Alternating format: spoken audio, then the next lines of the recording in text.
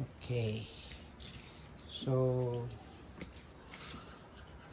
washing machine. Dryer. Not working.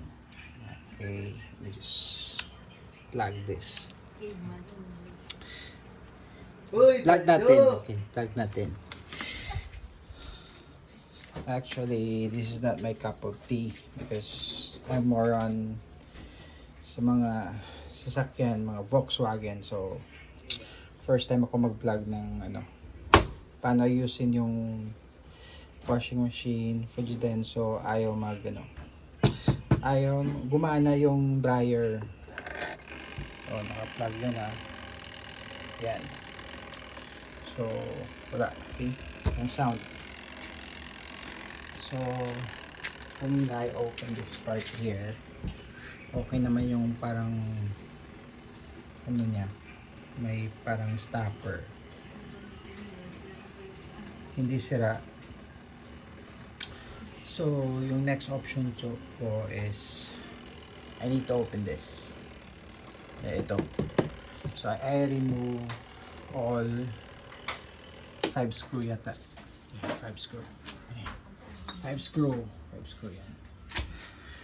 So, ang hirap na buksan. Okay, so, ganito na yan. Yeah. So, when I check, okay naman yung lahat sa ilalim. So, hirap talaga buksan. So, yung problem, kita nyo yun. Naputol. Doon. Yan. Putol. So,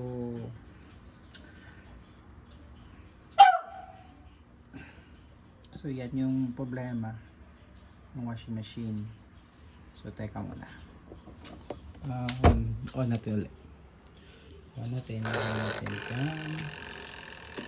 Kasal nyo natin. There. Okay. So, hirap one hand. Yeah! Tambak yung labahan. Yep. So, kita nyo yan. Oops. Push ko yan. Yan. Ingat na kayo kasi live yan. Yan. So, gagawin ko dyan